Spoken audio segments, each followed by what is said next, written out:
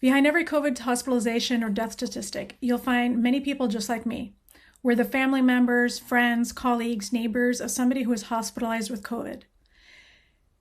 Those of us who can't be by our loved one's deathbed may live with this pain and regret for the rest of our lives.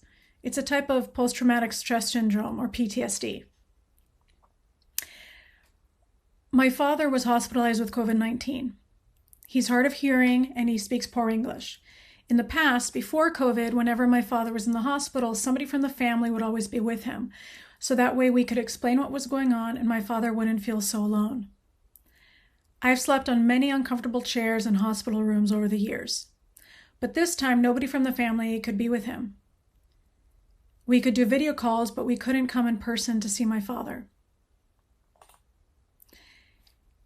My biggest fear was that my father would die without anybody from the family being able to hug him or hold his hand so that he would know that his loved ones were nearby. Even when people are allowed to make end-of-life visits, not everyone from the family or not even all the close friends will want to go into the hospital to visit the person because of the fear of contracting the COVID virus. You're lucky if the hospital has a good enough Wi-Fi connection and the staff has time to make video calls. Sometimes the doctors and the nurses have to use their personal smartphones to do a video call. Some patients die alone without any contact with their loved ones.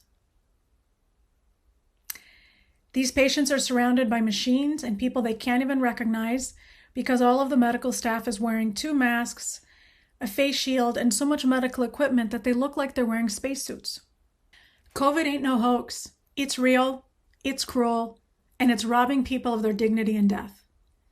I'm sharing my story so that you will see how not wearing a mask, not practicing social distancing, and good hygiene are leading to the virus spreading and more people getting hospitalized and dying cruel and extremely lonely deaths. Imagine if that were you in the hospital bed. You're all alone.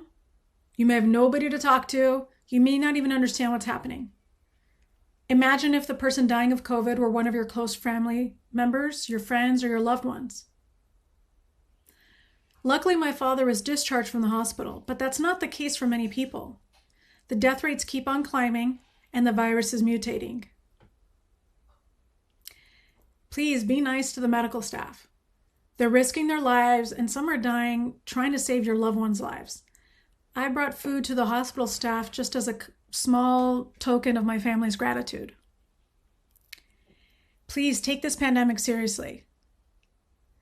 I assure you that you don't want to live with the fear of leaving your loved ones to die all alone.